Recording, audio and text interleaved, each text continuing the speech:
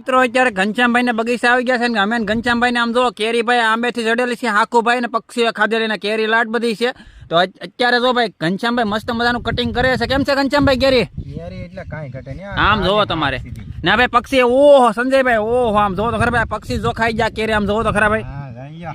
ઓહો ઘનશ્યામભાઈ કાંઈ ઘટે જ નહીં હો ભાઈ. કેસર કેરી હો. ના ભાઈ આમ જો પક્ષી કેટલી કેરી ખાઈ ગયા. જો આ બધી હાખું છે ભાઈ, આંબે થી પાકે હો ભાઈ. આ કુદરતી રીતે પાકેલી છે ભાઈ. જો આ બધી આ જેટલી કેરી થાય. ઓ ભાઈ આ નાની એવી કેરી, આમ જોવો તો ખરા આવી કેરી તમે જોઈ નહીં હોય. જો ભાઈ નાની એવી કેરી છે. ઘનશ્યામભાઈ પાકી ગઈ છે? હા પાકી ગયો ભાઈ. પાકી ગઈ. સૌથી નાનો ફળ. સૌથી નાનો.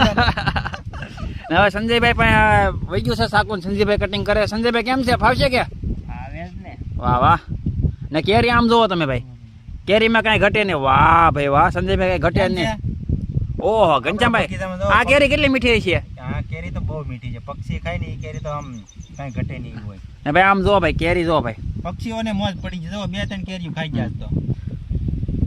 મિત્રો જે આ પક્ષી ખાઈ જાય ને એ ભાઈ કુદરતી રીતે આંબે પાકે કેરી. ને આ બધી કેરી બધી એવી રીતના છે. આમ જો આ પક્ષીએ ખાધેલી છે, આ પક્ષીએ ખાધેલી છે. જો બધી સંજયભાઈ જો કેરી મળે છે ને એ પક્ષીએ ખાધેલી છે. જોવો તમારે ભાઈ આ કેરી આમ જોવો તો ખરા ભાઈ. આ કેરી આમ જો ભાઈ, આવી કેરી તો ભાઈ તમે કોઈ દી ખાધી નહીં હોય. કેમ કે આંબે ભાઈ કુદરતી રીતે પાકે. આપણે દાબો નાખી એ અલગ વાત છે. પછી આ કુદરતી રીતે પાકે ને ભાઈ હાક કહેવાય એને.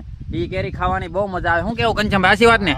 આમ જોવો તમારે કઈ ઘટે જ નહીં હો ભાઈ. આવી કેરી તો ભાઈ નસીબમાં હોય ને એને જ ખાવા મળે હો ભાઈ. જોવો તમારે.